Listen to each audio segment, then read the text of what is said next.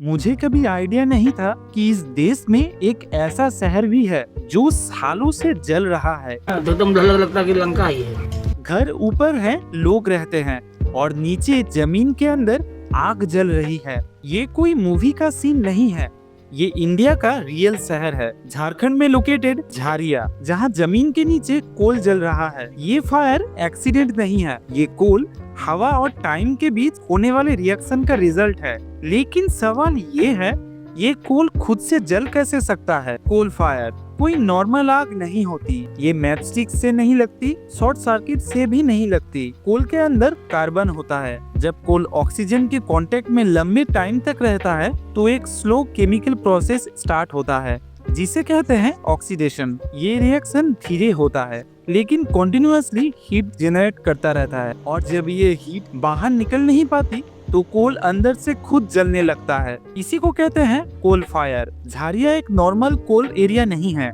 यहाँ कोल सीम्स जमीन के काफी पास है। ब्रिटिश टाइम से यहाँ माइनिंग होती रही। पुराने टनल्स, माइंस और क्रैक्स कोल को ऑक्सीजन के डायरेक्ट कांटेक्ट में ले आए। रिजल्ट, कोल जलना शुरू हुआ, और एक बार शुरू होने के बाद ये प्रोसेस अपने आप नहीं रुकती। आप सोच रहे होंगे फायर है तो पानी डाल दो, लेकिन यहाँ प्रॉब्लम ये है, कोल फायर सरफेस पर नहीं होती, ये 20, 25, कभी 100 मीटर नीचे होती है। पानी जब इतनी गर्म जगह पर जाती है तो स्टीम बन जाता है। स्टीम प्रेशर जमीन को क्रैक करता है, और क्रैक का मतलब और ज्यादा ऑक्सीजन, और ज्यादा ऑक्सीजन का मतलब और तेज आग। इसीलिए कई केसेस में पानी प्रॉब्लम सॉल्व नहीं करता बल्कि आग को और बढ़ा देता है।